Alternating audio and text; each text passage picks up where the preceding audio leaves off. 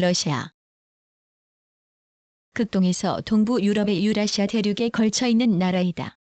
9세기 루시의 국가 기원을 두며 1917년 러시아 혁명이 일어날 때까지 대제국을 이루다 1922년 소비에트 사회주의 공화국 연방으로 거듭났다. 1990년 고르바초프의 냉전 종식 정책으로 각 공화국들의 민족주의 분규가 일어나면서 1991년 12월 31일 소련이 해체, 독립국가가 되었다.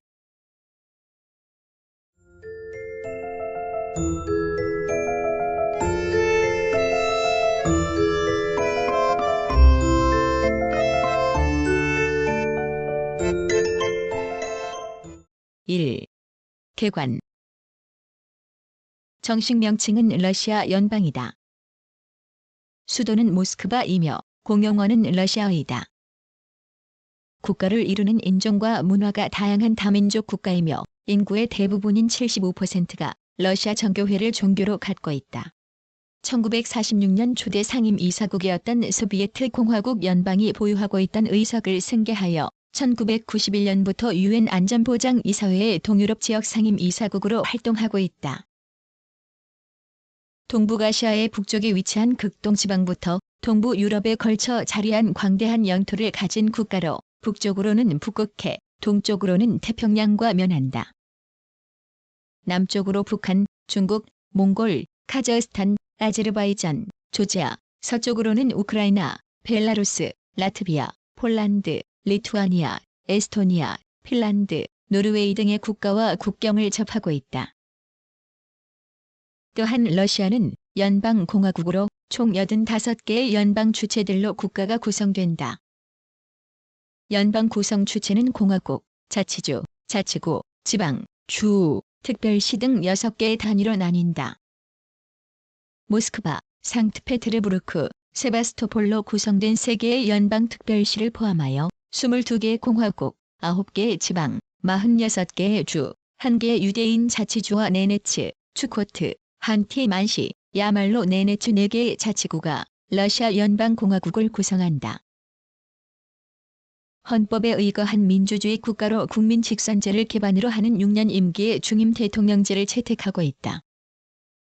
과거 구소련에서는 1917년 사회주의 혁명 이후 공산당 일당 독재에 의해 국가가 통치되었으나 1990년 고르바초프의 개혁 과정에서 대통령제를 도입하면서 러시아의 예하 공화국들도 대통령제를 도입하게 되었다.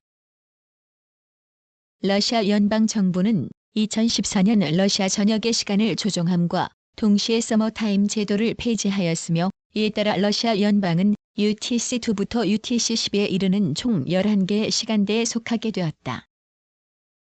러시아의 수도인 모스크바는 대한민국의 서울과 -6시간의 시차가 난다.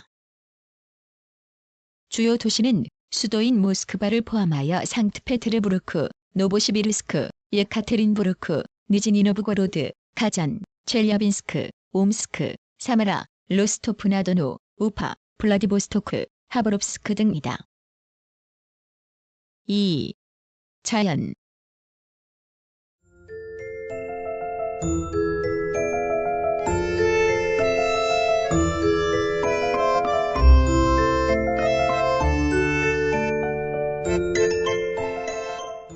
(1) 지형.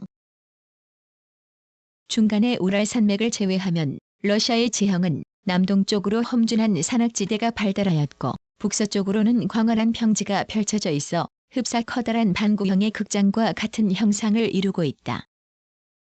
지형적 특성에 따라 러시아는 콜라 카렐리아 지역, 러시아 평원, 카프카스 지역, 우랄 산맥, 서시베리아 저지, 중앙시베리아 고원, 남부 산악지대, 동부 산악지대로 구분된다.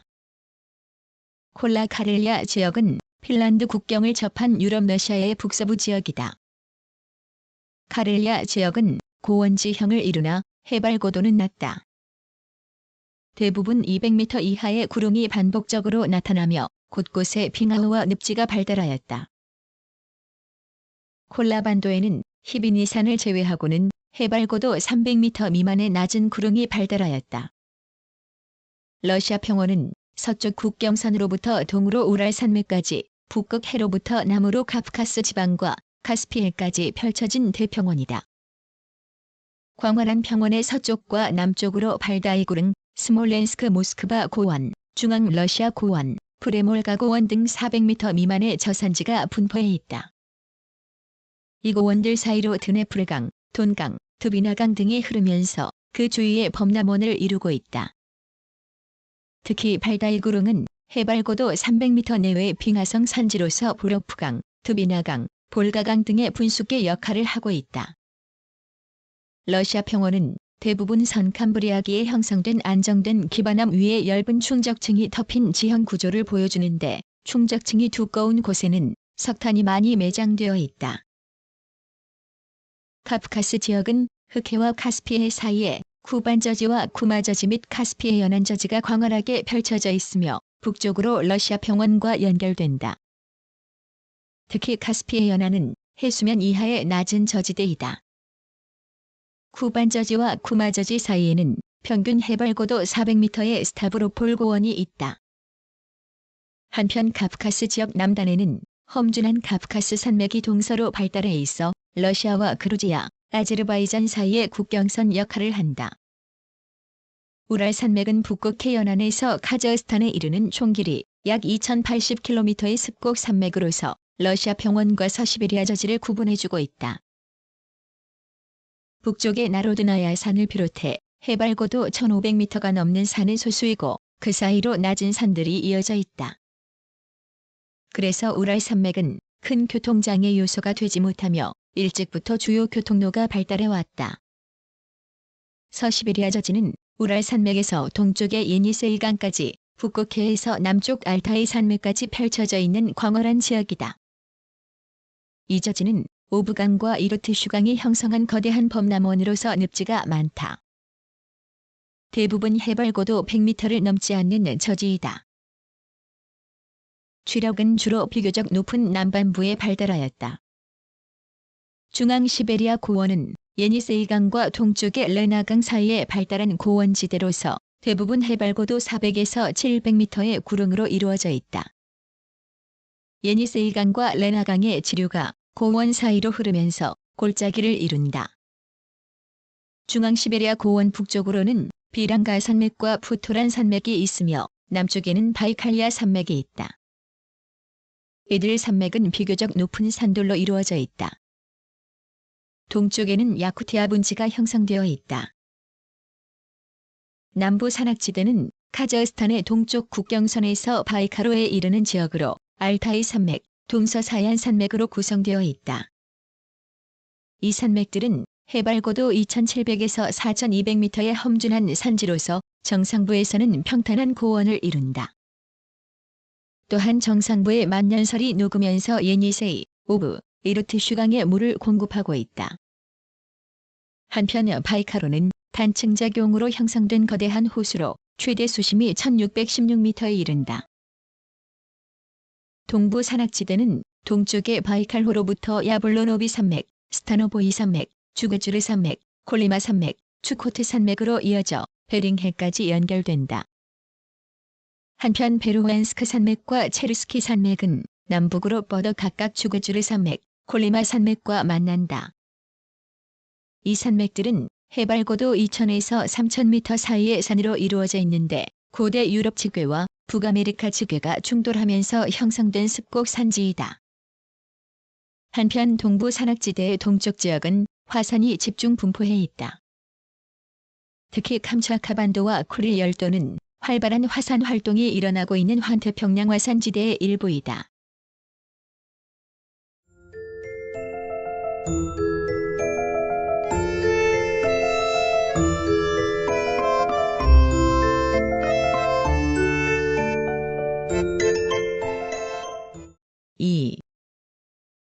하천. 러시아의 큰 하천은 주로 중앙아시아 지역의 남단의 발달한 산악지역에서 발원하고 있으며 그중 카스피해로 유입되는 볼가강을 제외하고는 대개는 북류한다. 대체로 상류 지역에 해당하는 급경사 부분은 짧은 반면 유로의 대부분이 평원 위로 흐르고 있다. 예를 들어 오브강은 하류족 약 3,000km의 낙차가 불과 90m이며 볼가강 하류 3,000km의 고도차도 350m에 지나지 않는다. 유량의 계절적 변화는 매우 커 풍수기인 5에서 6월에는 연간 유량의 약 1/2가 흐르고 나머지 기간은 거의 항행이 어려울 정도로 유량이 적다. 따라서 주요 하천 곳곳에 건설된 댐의 전력 생산이 큰 지장을 받고 있다. 이들 강들은 1년 중 많게는 8에서 9개월, 적게는 3에서 4개월 정도 결빙하여 수로 교통수단으로 이용하는 데 제약을 주고 있다. 더구나 교통수요는 주로 동서 방향으로 발생하는 데 비해 하천은 대부분 남북으로 흐르고 있어 교통수단으로서의 기여도는 낮을 수밖에 없다.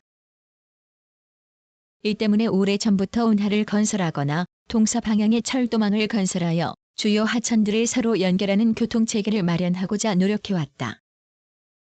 한편 대규모 하천이 남북으로 길게 흐르기 때문에 해빙기가 되더라도 하구 쪽은 얼어있는 경우가 많아 자주 범람한다. 이는 농업에 막대한 지장을 주고 있다. 그럼에도 불구하고 러시아의 주요 하천은 발전용수, 농업용수, 교통로, 공업용수로서 그 경제적 가치는 매우 크다. 따라서 대규모 토목 사업을 통해 그 가치를 극대화하려는 노력이 계속되고 있다. 그 대표적인 것이 볼가강 개발과 예니세이강 유역 변경 공사이다. 볼가강 개발은 수력 발전 및 홍수 조절 목적 외에 남쪽의 볼고그라드에서 북쪽의 트베리를 거쳐 직접 범유럽 운하 하천망과 연결되는 수로교통망을 구축하려는 목적도 있다. 예니세이강 유역 변경 공사는 앙가라강으로 유로를 바꿔 낙차를 이용 대량의 전력을 생산하기 위해 이루어진 것이다. 여기서 생산된 전력은 인근의 이르쿠츠크 공업지역뿐만 아니라 서부 지역에 공급된다. 또한 이 공사는 시베리아 남부 지역의 관계 용수를 공급하고 나아가 오브강을 거쳐 유럽 러시아의 하천망과 연결하려는 거대한 토목 사업이다.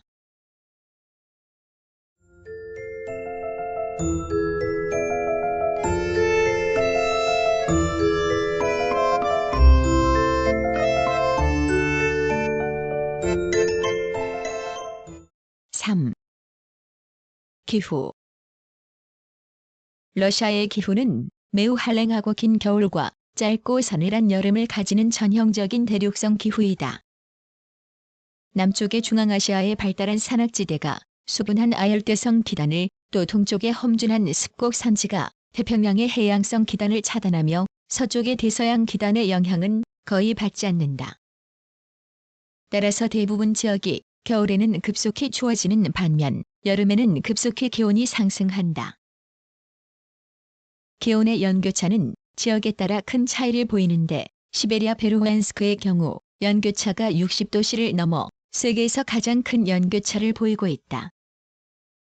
이에 비해 모스크바는 연교차가 30도씨에 못 미치고 있으며 발트해와 태평양 연안 지역은 이보다 작다. 일부 지역을 제외하고 무상기일이 150일 이하로 작물의 생육기간이 짧다. 1월에는 매우 한랭한 고기압부가 시베리아에서 형성된다. 바람이 육지에서 해양으로 불기 때문에 대부분 지역이 영하로 떨어지며 살인적인 추위를 느끼게 한다. 서쪽의 유럽 러시아 지역은 대서양 기단의 영향을 일부 받지만 동쪽으로 올수록 그 영향이 약화된다. 따라서 1월의 등원선 분포는 북서쪽에서 남동 방향으로 뻗어 있다. 7월에는 유라시아 대륙의 기온이 상승하여 중앙아시아와 남부아시아의 저기압대가 형성된다. 이때부터 약 2에서 3개월간 강수가 집중된다. 7월 등원선 분포는 거의 위도와 평행하는 양상을 보이는데 북극해 도서지방은 0도씨, 북극 해안은 5에서 10도씨, 시베리아 일대는 15도씨 전후, 유럽 러시아 지역은 20도씨에 육박하는 기온 분포를 보인다. 대서양에서 발달한 해양성 기단은 러시아 강수의 주요 원천이 되고 있다. 강수량 분포는 북위 60도 부근을 정점으로 하여 남북으로 갈수록 강수량이 떨어지는 양상을 보여주고 있다. 이는 대서양 기단의 진로가 북위 60도선을 따라 동쪽으로 이동하기 때문이다. 대부분 지역의 강수량이 500mm 이하인 가운데 유럽 러시아와 동시베리아에서는 500mm, 시베리아 중부 400mm, 북극해, 카스피해 부근에서는 250mm 이하의 강수량 분포를 보인다. 우랄 산맥에는 지형성 강우가 빈발하는 편이며 지중해성 기와 유사한 흑해 부근에서는 겨울 강우량이 많다. 또한 극동 지역은 몬순성 강우가 많다.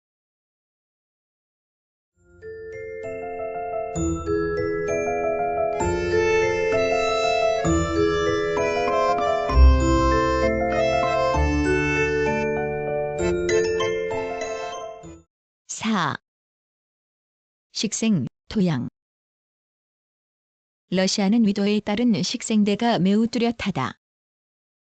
툰드라, 타이가, 혼합림, 낙엽수림 지대, 스텝 등이 넓은 지역에 걸쳐 발달해 있다. 1. 툰드라 지대 북극해 연안을 따라 핀란드 국경에서 베링해까지 동서로 펼쳐져 있으며 전체 면적의 약 5%에 해당한다. 이 지역에는 월 평균 기온이 0도씨 이상인 달이 3에서 4개월에 불과하고 그것도 10도씨를 넘지 않는다. 지표는 극히 한랭하여 하부의 토양층은 영구 동토를 이루고 여름에는 곳곳에 습지가 형성된다. 혹독한 기후, 짧은 성장기간, 토양의 영구 동결로 농업은 불가능하며 다만 선태류, 지의류, 양치류 외에 일부 관목이 자라고 있을 뿐이다. 2. 타이가 지대 툰드라 지대 남쪽에 분포해 있으며 국토의 약 30%를 차지하고 있다. 툰드라와는 달리 여름에는 온난한 기후를 보인다. 이곳에는 주로 전나무, 낙엽송, 가문비나무 등 침엽수림이 발달해 있지만 남쪽에는 자작나무, 떡갈나무 등 하렵수림도 있다. 봄과 가을에 빈번한 서리, 습지, 척박한 토양 때문에 농업이 제대로 이루어지지 않는다. 특히 타이가의 대표적인 토양인 포도졸은 표층의 부식질이 쉽게 용탈되기 때문에 매우 척박하다. 3. 혼합림, 낙엽수림 지대 타이가 지대 남쪽에 분포하며 서쪽 국경에서 동쪽의 노보시비르스크까지 전개된다. 이 지대는 서쪽의 경우 남북으로 길게 발달한 반면 동쪽으로 갈수록 그 폭이 좁아지는 삼각형 모양을 하고 있다. 타이가 지대에 비해 하계가 길고 온난하며 동계 역시 상대적으로 짧고 기온도 높은 편이다. 연강 수량은 400에서 600mm에 불과하지만 증발량이 적고 하계에 집중되어 곡물농업에 적합한 기후 조건을 가진다. 그 결과 많은 지역이 개간되어 농지로 이용되고 삼림은 극히 일부 지역에만 남아있다. 주요 수종은 참나무, 가문비나무와 같은 침엽수림과 서양 물풀의 나무, 단풍나무, 느릅나무 등의 화렵수림이 분포해 있다. 이 지대의 토양은 스텝의 토양보다는 비옥도가 떨어지지만 타이가의 포도졸보다는 비옥하다. 즉 영구 동토가 없고 배수도 양호하며 상대적으로 토양의 여과성이 떨어지고 토양층이 두껍다. 뿐만 아니라 많은 영양분을 가진 빙하성 퇴적 물질이 이곳에 집중 퇴적되어 토양의 비옥도를 높여주고 있다. 따라서 이곳에는 다양한 농작물이 재배되고 목축업이 성행하는 등 스텝 지역과 더불어 러시아의 중요한 농업지역이 되고 있다. 토지 생산성이 높기 때문에 오래전부터 이곳에 인구가 집중 분포해왔다. 이 지대 남쪽에는 삼림과 스텝이 혼재되어 있는 삼림 스텝 지대가 동서로 길게 서시베리아 지역까지 분포해 있다. 문자 그대로 삼림과 스텝의 점이지대이다. 4. 스텝 지대 서쪽 국경에서부터 동쪽의 시베리아 알타이 산맥까지 뻗어 있다. 이 지역은 하계가 온난하고 무상기일이 길지만 연강 수량이 200에서 500mm에 불과하다. 따라서 건조한 기후에 잘 견딜 수 있는 곡물을 재배하는 한편 가축 사육을 많이 한다. 토양은 흑색의 체르노잼으로서 부식질이 매년 쌓이는 반면 거의 용탈되지 않아 토양 속에 영양분이 많다. 특히 토양 속에 함유된 석회분이 토양을 중성으로 만든다. 이 지대는 러시아의 곡창지대로 밀사탕모, 해바라기 등의 농작물 재배가 집중적으로 이루어진다.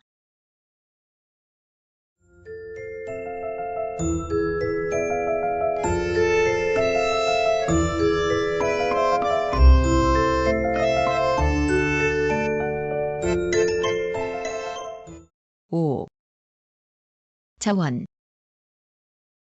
러시아의 잠재적 에너지 자원량은 막대하다.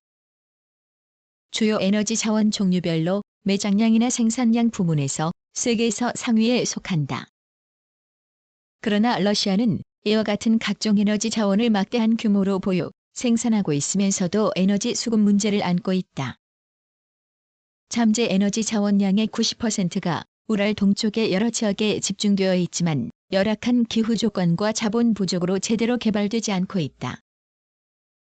이곳을 본격 개발하기 위해서는 막대한 자본과 인력이 소요되므로 현재까지는 에너지 자원 개발에 더 치중하고 있다. 또한 주요 수요처인 동쪽의 유럽 러시아를 연결해주는 공급망이 충분히 확보되지 않고 있다. 한편 1980년대 중반 이후 러시아의 에너지 생산량은 감소하고 있다. 이는 경제 침체와 자본 부족으로 효과적인 개발이 이루어지지 못하고 있기 때문이다.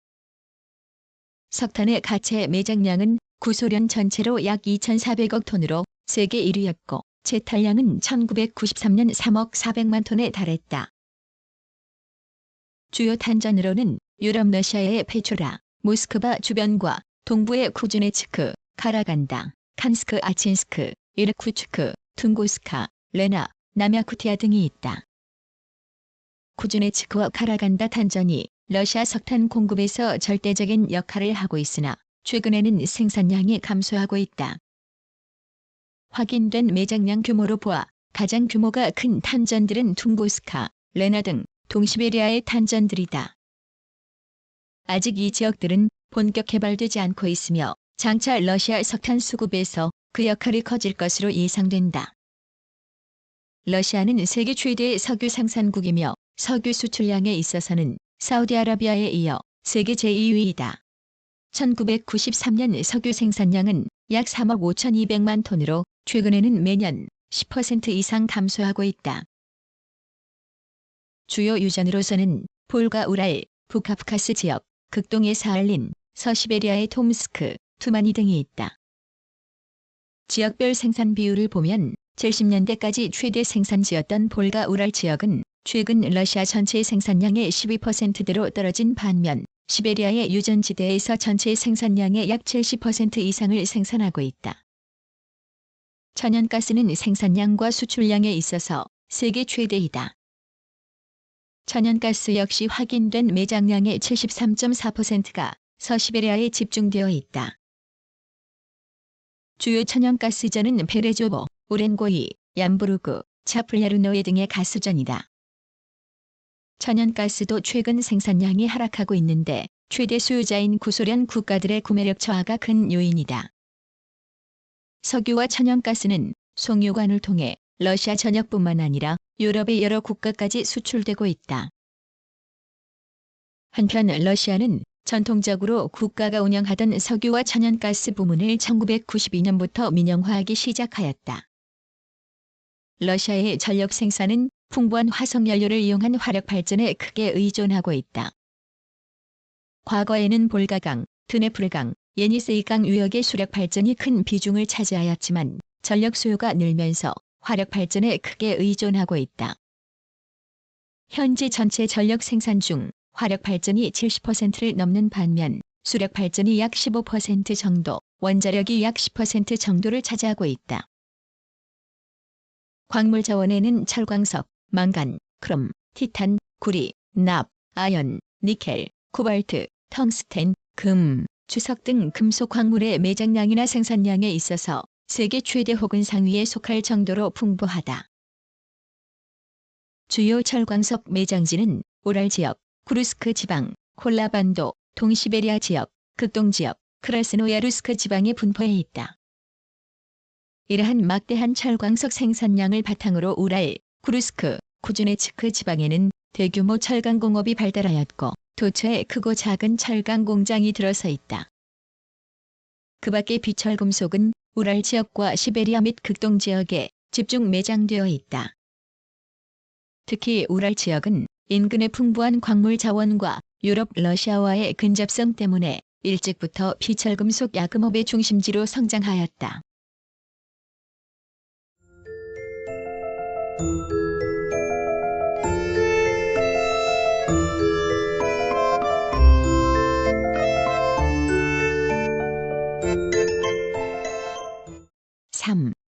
주민 1994년 현재 러시아의 인구는 1억 4,818만 명으로 1959년 1억 1,753만 명, 1979년 1억 3,755만 명 등과 비교해 볼 때 1959년 이후 현재까지 32년간 약 3천만 명이 증가하여 연평균 인구 증가율이 1%가 되지 않는다. 특히 1980년대 후반부터 5% 미만의 인구 증가율을 보이다가 1992년 이후 인구가 감소하고 있다. 이러한 인구 정체는 낮은 출산율과 비교적 높은 영아 사망률 때문이다. 1980년대 중반 이후 출산율은 하락하기 시작하여 최근에는 10%대에 정체되어 있다. 이는 공업화, 도시화에 따라 여성의 경제활동 참가율이 높아졌을 뿐만 아니라 낙태가 보편화되었고 무엇보다도 주택의 양적, 질적 낙후로 인해 출산 기피 현상이 확산되고 있기 때문이다. 이에 따라 일찍부터 정부는 낙태 및 피임 제한, 가족수당 지급, 유급 출산 휴가, 출산에 대한 사회적 태도 개선, 주류 판매 제한, 보건 서비스 개선 등 각종 인구 정책을 펴왔다. 한편 영아 사망률이 높은 것은 여성의 일상화된 음주 습관과 깊은 관련이 있는 것으로 추정되고 있다. 사망률은 1992년 현재 인구 1000명당 12.2명으로 최근에 다시 높아지는 추세이다.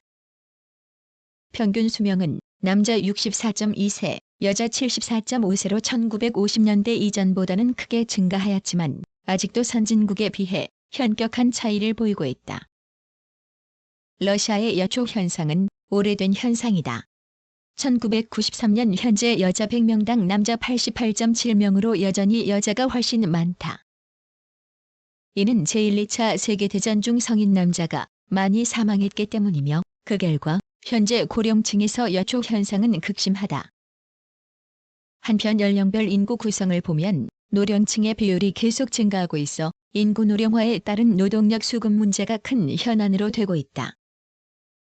전반적으로 인구 증가율이 낮지만 농촌은 도시에 비해 비러시아계 민족이 러시아인보다 높은 인구 증가를 보이는데 출산 성향으로 보아 이러한 추세는 상당 기간 계속될 것으로 예상된다. 도시 인구는 1930년대 이래 공업화를 추진하면서 급속히 증가해왔다. 구소련 전체로 볼 때 제1차 세계대전 직전 도시 인구 비율은 18%에 머물러 있었으나 1961년에는 50%를 넘어섰으며 최근에는 70%를 넘어섰다. 러시아 연방의 경우 1993년 현재 도시 인구는 약 1억 890만 명으로 전체 인구의 74%에 이른다. 도시 성장의 지역별 패턴을 보면 1950년대까지는 코미, 툴라, 쿠즈바스의 석탄 산지, 카라간다 철광석 산지, 볼가 우랄의 원유 산지 등 자원 채취 지역과 서시베리아의 농업 개척지를 중심으로 국지적인 도시 인구 증가가 이루어졌다. 1960년대 이후에는 유럽 러시아를 포함하여 동부 시베리아 경계에 이르는 전 지역에 걸쳐 도시 인구가 증가하였다. 특히 이 시기에는 마그니토고르스크, 체랴빈스크, 노보쿠즈네츠크, 카라간다 등 신흥 공업 도시가 집중 성장하였다. 그 결과 전체 인구 분포에 있어서도 상트페테르부르크에서 오데사에 이르는 러시아의 서쪽 경계에서부터 동쪽의 바이카로 부근의 쿠즈바스 지역에 이르는 삼각형 지역, 즉 비옥한 삼각형 내에 전체 인구의 대부분이 거주하고 있다. 이는 모스크바주의 경우 인구 밀도가 334.3인 제곱킬로미터, 레닌그라드주는 78.1인 제곱킬로미터인데 비해 크라스노야르스크 지방, 야쿠티아, 마가단주 등지는 2인 제곱킬로미터가 채 되지 않는 인구 밀도의 지역차에서 잘 드러난다. 러시아에는 모스크바를 필두로 인구 100만 이상의 도시는 상트페테르부르크, 니주니노브고로트, 노보시비르스크, 예카테린부르크, 옴스크, 체랴빈스크 등 총 12개이며 50만 이상 도시는 33개이다. 한편 농촌 인구는 시베리아와 극동 지역의 일부 및 남부 유럽 러시아 일부 지역을 제외하고는 거의 전 지역의 농촌에서 절대적인 감소를 보이고 있다. 러시아는 150여 개의 크고 작은 민족으로 구성된 다민족 국가이다. 그중 러시아인이 전체 81.5%를 차지하는 절대다수 민족이며 타트르인, 우크라이나인 등도 비교적 많은 편이다. 이외 소수민족으로는 추바슈인, 바슈키르인, 키르키스인, 다게스탄인, 우드무르트인, 마리인, 코민, 코미페르미아크인, 체첸인, 오세트인, 불가리아인, 한국인, 부랴트인, 야쿠트족, 카바르든인, 카렐리아인, 카라칼파크인, 헝가리인, 집시, 북방족, 칼미크인, 앵구슈인, 두바인 등이 있다. 러시아는 이처럼 다민족으로 구성되어 있으면서도 미국과 같이 민족 간 융화가 제대로 이루어져 있지 않다. 대신에 일찍부터 정부 당국은 여러 민족을 강제적으로 융화시키기보다는 자치를 허용하고 소수민족의 고유언어 및 관습 등을 상당히 인정하는 등 갈등을 최소화하려는 정책을 펴왔다. 그 결과 소수민족의 대부분은 자신의 민족공화국 내지 민족자치주 또는 그 밖의 자치행정단위에 살고 있다. 다만 러시아인은 전역으로 퍼져나가 다른 민족의 자치지역 내에서도 지배 민족이 되는 경우가 많다. 그러나 러시아인의 출산율이 계속 떨어지고 있는 반면 다른 소수민족들은 높은 출산율을 유지하고 있어 민족 간의 구성 비율은 점차 변하고 있다. 한편 최근 민족의식이 표출되어 타타르스탄과 체첸 두 공화국은 다른 독립국가연합 회원국과 동일한 수준으로 독립해 줄 것을 요구하고 있으며 이외 여러 자치주와 자치구도 공화국으로 승격시켜 줄 것을 요구하고 있다. 특히 타타르인은 과거에는 상당히 러시아인으로 동화되어 군대 및 행정관료에서 다른 소수민족에 비해 주도적인 역할을 해왔는데도 불구하고 소련 해체 후 민족의식이 고양되고 있다.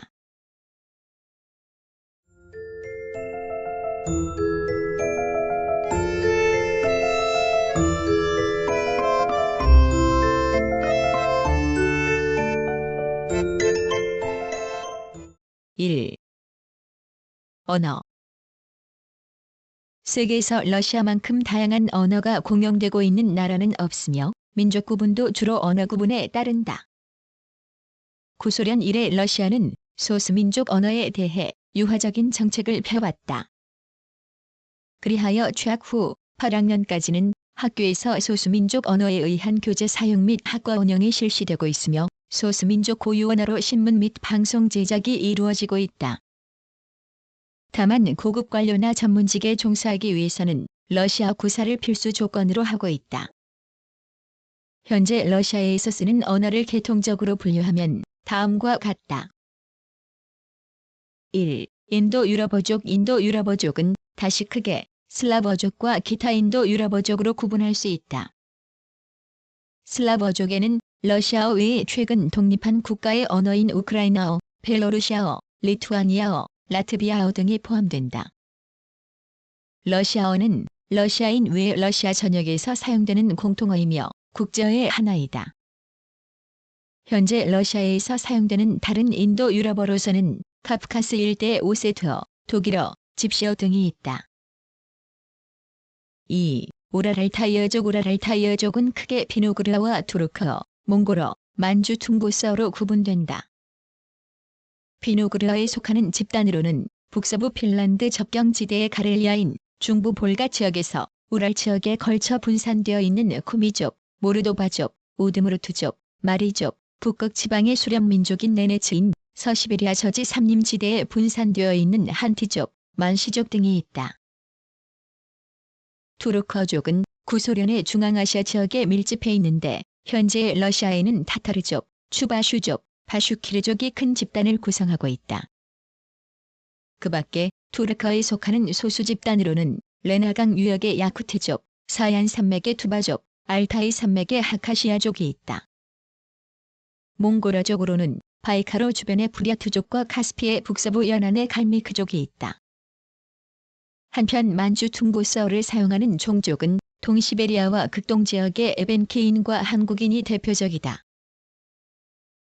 3. 기타 어족. 카프카스 지방에서 사용되고 있는 카프카스어, 나흐어, 다게스탄어 등을 소그룹으로 하는 이베로-카프카스어족과 동부 시베리아와 극동지역의 산지에 있는 코레크어, 추크치어, 에스키모어, 알유트어 등의 고시베리아 제어가 있다.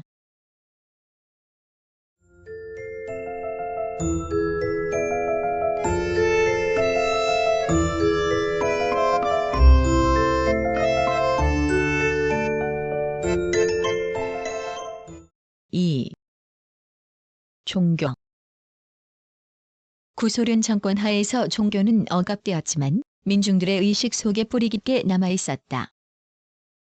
고르바초프의 등장 이후 종교의 자유가 허용되면서 활발한 종교 활동이 일어나고 있다. 러시아의 대표적인 종교 집단은 그리스 정교이다. 그리스 정교는 10세기경 전래되어 러시아인과 인근의 그루지아, 우크라이나, 아르메니아 외에 코미인, 모르도바인, 우드무르트인, 마리인 등의 종교로 자리 잡았다.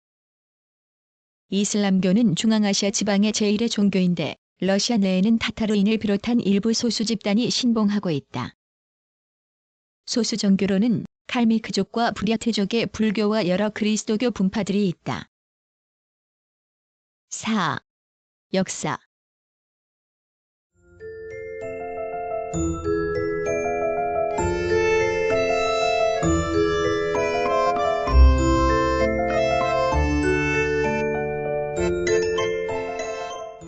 (1) 혁명 이전. 러시아라는 지명이 역사상 나타나기 훨씬 전에 중앙아시아, 트랜스코카서스, 흑해연안 등지에는 발달된 문명이 존재하였다. 그러나 진정한 국가는 지금의 키예프 부근에 형성되었다. 8세기경 슬라브족과 9세기 초 바랑고이족이 드네프르강과 보로프강 및 볼가강 상류 지역으로 유입해와서 정착하였다. 두 종족은 스테베 유목민들로부터 자주 약탈을 당하자 점차로 서로 결집하여 루스라는 국가를 형성하였다. 이 국가는 처음에는 노브고로드를 수도로 하였지만 882년 키예프로 옮겼다. 키예프 공국은 뛰어난 전략적 위치를 바탕으로 세력을 크게 확장시켜 도시국가 형태의 주변 공국들을 지배하였다. 988년 키예프의 왕 블라디미르가 그리스 정교로 개종한 후 그리스도교는 새로운 국가 통합수단 역할을 하였다. 그러나 1054년 키예프 왕가의 분열로 블라디미르, 모스크바, 노브고로트 등 여러 도시국가가 독립하면서 키예프 공국은 크게 쇠퇴하였다. 그 후 키예프는 여러 이민족으로부터 침입을 받다가 13세기 타타르인의 침입으로 결정적으로 멸망하였다. 몽골 침략 후 키예프 주민들은 서쪽의 폴란드, 리투아니아로 이동하거나 북쪽 볼가강 상류로 이동하였다.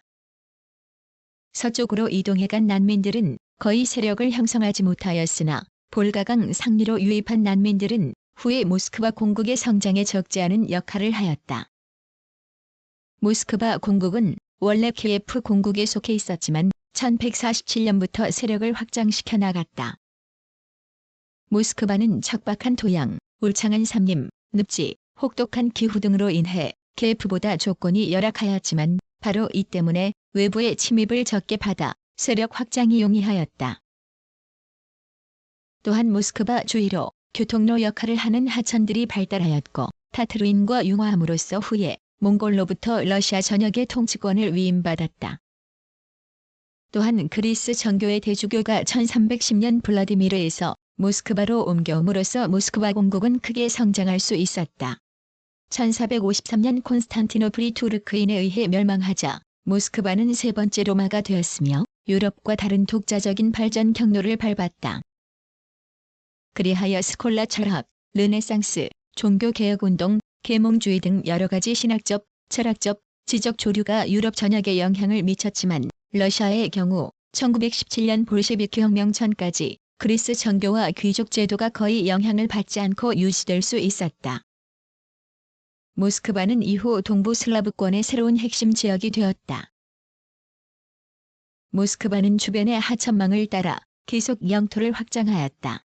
1478년 노브고로트 공국을 1485년 칼리닌 공국, 1489년 펴트카, 1521년 랴잔을 각각 정복하였다. 1533년 모스크바 공국의 영토는 모스크바를 중심으로 북서쪽의 발트해까지, 북쪽의 북극해 연안, 동쪽의 우랄 접경지대까지 확대되었다. 한편 16세기경에는 과거 몽골 침입 시 서쪽으로 이주해간 슬라브족들이 드네프르 중상류 지역에 다시 정착하기 시작하여 우크라이나와 벨로루시라는 민족국가를 형성하였다. 16세기 후반 무렵에는 비록 서쪽 책 영토를 상실하였지만 남쪽과 동쪽으로는 각각 카스피해와 시베리아 접경지대까지 진출하는 등 영토 확장이 계속 이루어졌다. 이때 많은 러시아인들이 이 지역으로 이주하였다.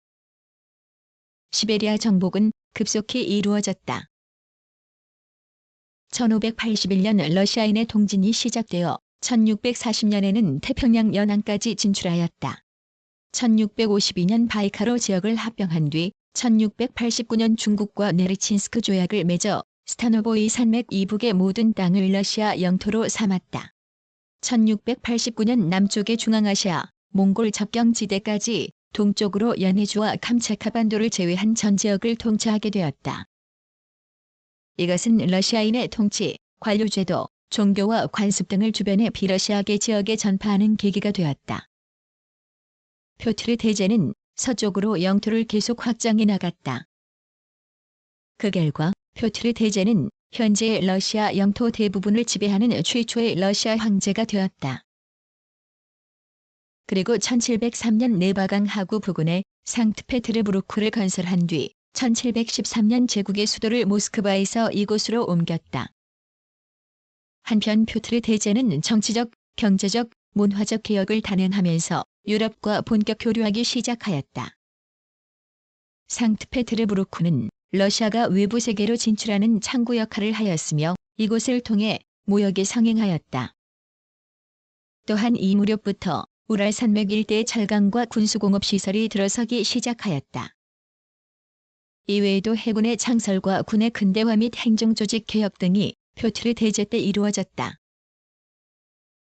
18세기 말 예카테리나 여제는 폴란드의 분할에 참가하면서 서쪽으로 영토를 더욱 확장시켰으며 흑해 카프카스 지방까지 진출하였다. 1825년 알렉산드르 1세가 사망하자 권력의 궁백을 틈타 서구적 입헌군주제 도입을 주장하는 혁명 세력의 봉기가 있었다. 이것이 유명한 데카브리스트의 반란이다. 이 반란은 실패하였으나 이후 러시아 급진파와 혁명가들에게 혁명의 가능성을 확신시켜주는 계기가 되었다. 알렉산드르 1세에 이어 즉위한 알렉산드르 2세는 1861년 농노해방령을 선포하는 등 일련의 개혁 정치를 펴는 동시에 제국의 팽창을 위해 노력하였다. 농노해방은 러시아가 중세의 틀을 벗어나 서부 유럽과 같은 산업자본주의로 전환한 것을 상징하는 중요한 사건이다. 그러나 러시아의 산업화는 또한 제1차 세계대전과 러시아 혁명의 원인이 되기도 하였다. 한편 알렉산드르 2세는 제국의 영토를 중앙아시아까지 확장하여 14세기 모스크바 공국보다 약 1300배 넘는 광대한 영토를 성립시켰다. 남쪽으로 카프카스와 카자흐스탄 및 아라레까지, 동쪽으로는 블라디보스토크과 베링해를 건너 미국의 캘리포니아까지 세력을 확장하였다. 19세기의 러시아는 중요한 경제적 변화를 겪는다. 비옥한 흑토지대의 획득과 흑해 연안의 항구 건설로 우크라이나는 유럽의 곡창지대가 되었으며 모스크바, 상트페테르부르크, 돈바스 지방의 공업이 크게 성장하였다. 한편 유럽의 목재 수요가 늘어나면서 북쪽의 아르항겔스크 황이 크게 번성하였다. 또한 광활하고 잘 통합된 영토를 개척함으로써 후에 소비에트 정권에게 큰 도움을 주었다. 특히 1891년 착공하여 1917년 건설된 시베리아 횡단철도는 광활한 국가를 통합하는 데 결정적인 기여를 하였다. 그러나 알렉산드르 2세가 사망한 후 러시아는 정치면에서 절대주의 군주 체제를 강화하는 반동적 경향을 띠었으며 위로부터의 산업화가 급속하게 이루어졌다. 위로부터의 산업화는 인민의 생활 수준을 극도로 악화시켰고 그에 따라 인민의 불만이 고조되면서 체제 위기가 고조되었다. 1905년 러일 전쟁의 패배에 자극받아 일어난 노동자들의 혁명은 차르 체제를 급속히 약화시켰으며 1917년 혁명의 도화선이 되었다.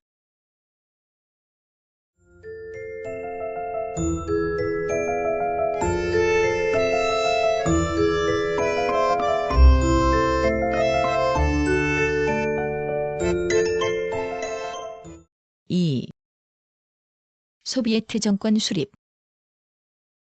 러시아는 제1차 세계대전의 참전과 패배로 인해 빈곤에 찌든 인민들의 시위와 파업이 계속되었다. 1917년 2월 혁명이 일어나 니콜라이 2세를 축출하고 임시정부를 수립하였다. 그러나 임시정부가 국민들의 요구에 부응하지 못하자 이에 대항하는 노동자와 병사들의 대표들로 구성된 볼셰비키 혁명 세력이 전국적으로 확산되었다. 마침내 1917년 11월 7일에 레닌이 이끄는 볼셰비키파가 임시정부를 잠복시키고 프롤레타리아 혁명에 성공하여 세계 최초의 사회주의 정권이 들어섰다. 레닌은 혁명 직후 주요 산업 및 은행의 국유화, 신분제 폐지, 인민재판소 설치, 의회의 해산 등과 같은 혁명적 입법 조치를 취했다. 그러나 신생 소비에트 정권은 부르주아와 지주 등 우익 패권, 즉 반혁명 세력의 봉기와 연합국의 개입으로 위기를 맞았다. 이에 레닌은 모든 기업의 국유화, 노동의무제, 곡물징벌제, 식량배급제 등을 내용으로 하는 전시 공산주의 정책을 실시하는 동시에 소비에트 적군을 동원하여 내란을 종식시켰다. 전시 공산주의 정책은 농민의 반발과 경제복구의 실패 등으로 오히려 신생 소비에트 정권을 위기 상황으로 몰았다. 이에 1921년 레닌은 신경제 정책을 채택하면서 자유농 인정, 농산물 판매 허용, 사기업 인정 등 자본주의적 요소를 도입하였다. 이러한 신경제 정책으로 경제가 신속히 복구되었고 인민의 생활 수준도 다소 향상되었다. 한편 레닌은 고전적인 마르크스의 명제에서 벗어나 러시아 한나라만이라도 사회주의 건설이 가능하다는 일국 사회주의론을 전개하였다. 이는 러시아 혁명 후 주변 국가에서 기대했던 사회주의 혁명이 일어나지 않고 오히려 소비에트 정권의 안정 자체가 시급한 현실에 대한 전략적 대응으로서 나온 이념 수정이었다. 레닌의 신경제 정책과 일국 사회주의론은 격렬한 이념 논쟁을 불러일으켰다. 이러한 당내 갈등의 와중에 22년 스탈린은 당 총서기로 임명되었고 러시아, 우크라이나, 벨로루시, 카프카스로 이루어진 소비에트 사회주의 연방공화국이 탄생되었다. 한편 제1차 세계대전과 혁명을 거치는 동안 신생 소비에트 정권은 에스토니아, 라트비아, 리투아니아 등 서부 지역의 상당한 영토를 상실하였다. 이러한 영토 상실은 39에서 45년에 소련이 회복하는 영토보다 많았다.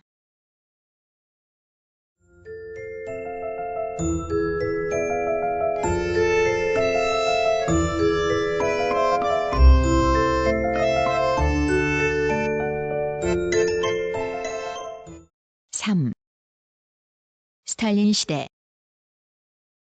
러시아에서는 1924년 레닌의 사망으로 권력을 잡은 스탈린이 트로츠키파를 숙청하고 권력 기반을 공고히 하였다. 그는 일국 사회주의 건설과 소련의 온전한 경제적 독립을 이룩하기 위해 도시와 농촌에서의 자본주의적 요소를 제거하는 한편 공업화와 농업 근대화를 추구하였다. 이를 위해 사기업을 폐지하고 국가 주도의 제1차 5개년 계획과 농업의 집단화가 실시되었다. 이는 신경제 정책의 실질적인 폐지를 의미한다.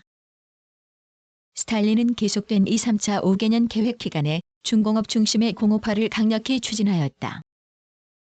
또한 1937년에는 농업 집단화를 완료하여 토지의 99%를 코로스 소유로 만들었다.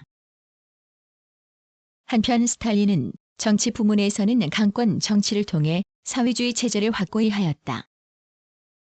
즉 1936년 스탈린 헌법이라 부르는 소비에트 헌법을 제정하고 공산당 지도자, 인텔리겐치아, 농민 등 수많은 사람들을 숙청하였다. 제2차 세계대전 참전 전까지 1924년 투르크메니스탄, 우즈베키스탄, 1929년 타지키스탄, 1936년 키르기스스탄, 카자흐스탄, 1940년 몰디비아, 에스토니아, 라트비아, 리투아니아가 각각 소연방에 가입하였다. 제2차 세계대전 발발 전후로 스탈린은 매우 현실적인 외교 노선을 취했다. 즉 1939년 독일과 불가침 조약을 맺고 중립을 취해 서부 지역에서 상당한 영토를 얻었다. 그러나 1941년 독일이 침공하자 순식간에 모스크바까지 함락될 위기에 처했다. 이에 스탈린은 서부의 공장시설을 소개하여 우랄, 시베리아의 군수산업을 일으키는 한편 새로운 군부대를 창설하여 반격하였다. 1945년 5월 독일의 패전 이후 소련은 일본과 전쟁을 벌여 북한과 사할린 및 쿠릴열도까지 진출하였다. 그러나 소련은 제2차 세계대전에서 승리하였지만 2천만 명 이상이 희생당하고 국가 재산의 약 30%가 손실되는 등 막대한 피해를 입었다. 제2차 세계대전 종전 후 소련은 전쟁 복구에 나서 1950년대 초에는 경제가 전전 수준으로 회복되었다. 한편 종전 후 동유럽과 중국의 공산화가 진행되면서 세계는 미소를 양극으로 하는 냉전 체제로 전환되었다.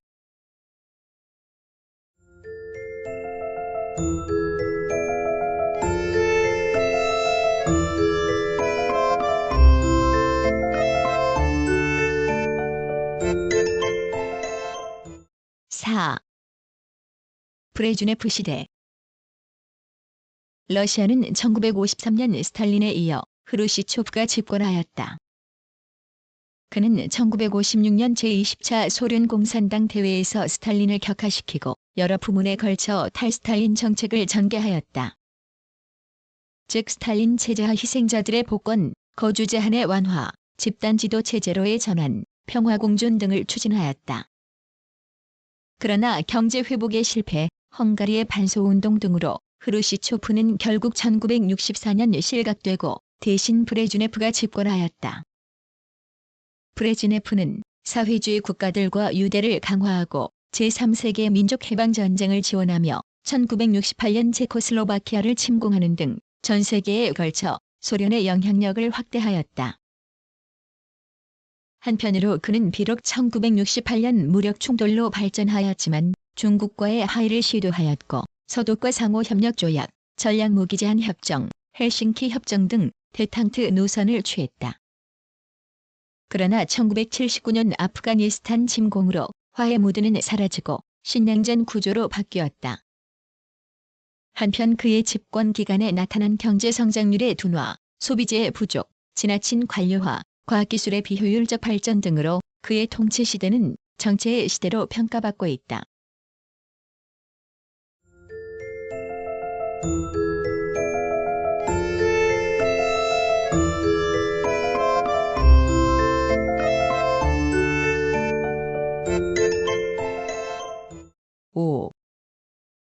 고르바초프 시대.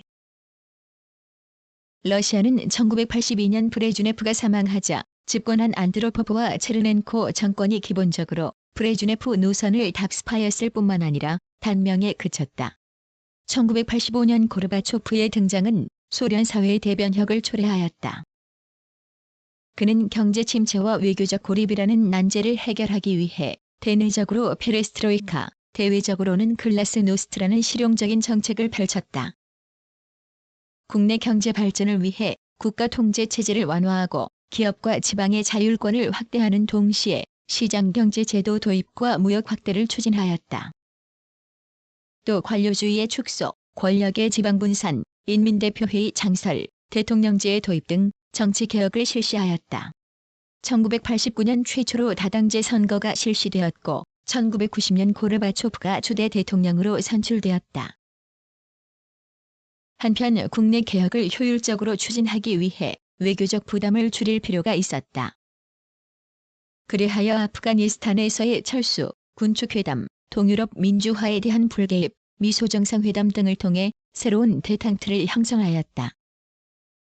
그러나 그의 개혁 정책은 외교면에서는 큰 성과를 얻었지만 국내 정치 및 경제에서는 부분적인 성과에 그쳤다. 오히려 경제의 혼란과 연방 내 공화국 간의 갈등이 심화되었다.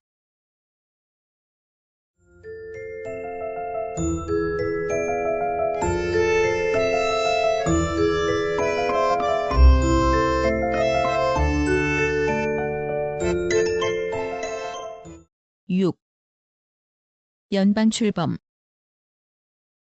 고르바초프의 개혁 정책 아래 소련 내각공화국의 독립 움직임이 크게 일어났다.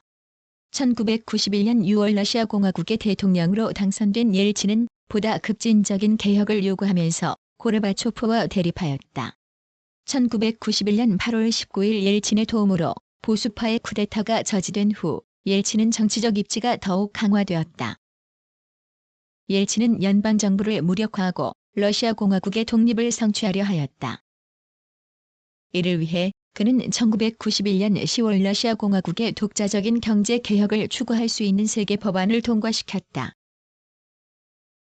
이 법안들은 대통령 포고령이 헌법 및 기타 법률과 동등한 권한을 가질 뿐만 아니라 그것을 무효화할 수 있도록 하여 옐친의 정치적 권한을 크게 확대시켰다.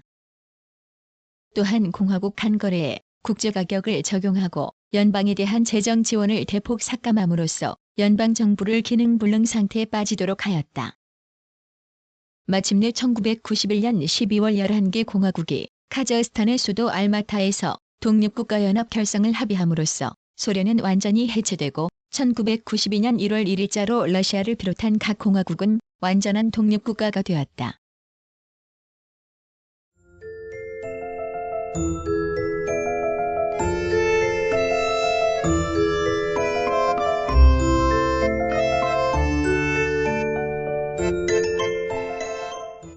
오.